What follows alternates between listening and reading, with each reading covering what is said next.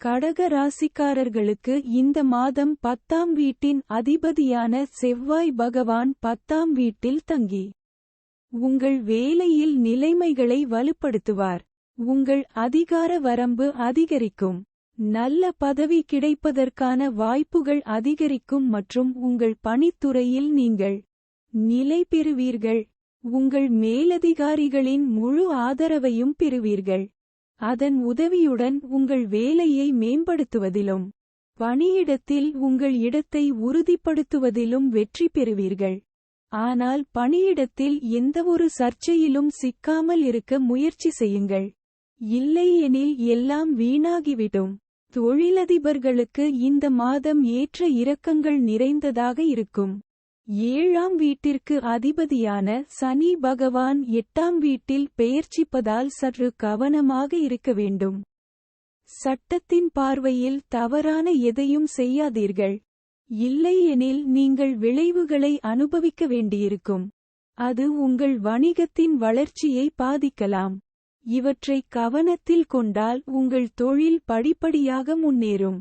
சுக்கிரன், குரு, சூரியன், புதன் 11வது வீட்டில் நீட்டிப்பார்கள். 10ஆம் வீட்டில் செவ்வாய், 8ஆம் வீட்டில் சனி. இந்த கிரகங்கள் அனைத்தும் உங்கள் 5ஆம் வீட்டை பாதிக்கும். இதன் காரணமாக உங்கள் கல்வியில் ஏற்ற தாழ்வுகள் ஏற்படும். உங்கள் மனம் மற்ற பகுதிகளிலும் கவனம் செலுத்தும். ஆனால் நீங்கள் அவற்றை சரியான திசையில் வைத்திருந்தால் நீங்கள் கல்வியில் வெற்றி பெற முடியும். தொழில்நுட்ப கல்வி பயிலும் மாணவர்களுக்கு சிறப்பான பலன்கள் கிடைக்கும். போட்டித் தேர்வுகளுக்கு தயாராகும் மாணவர்கள் கடின உழைப்புக்கு பிறகு வெற்றி கிடைக்கும் மற்றும் நல்ல அரசு பணியை பெறலாம். 2ஆம் வீட்டின் அதிபதியான சூரிய பகவான் 11ஆம் வீட்டில் இருப்பதால் உங்களுக்கு மூதாதையர் சொத்துக்களால் ஆதாயம் கிடைக்கும். உங்கள் மூதாதையர் வியாபாரத்திலும் நீங்கள் நல்ல வெற்றியை பெறலாம். இது குடும்பத்தின் மொத்த உள்நாட்டு வருமானத்தை அதிகரிக்கும் மற்றும் குடும்ப உறுப்பினர்களிடையே பரஸ்பர நல்லிணக்கத்தை பராமரிக்கும். உங்கள் மூத்த சகோதரர்களின் முழு ஆதரவையும் பெறுவீர்கள் மற்றும் உங்கள் குடும்ப உறுப்பினர்கள் ஒரு புதிய தொழிலைத் தொடங்க நிதி ரீதியாக உங்களுக்கு உதவுவார்கள்.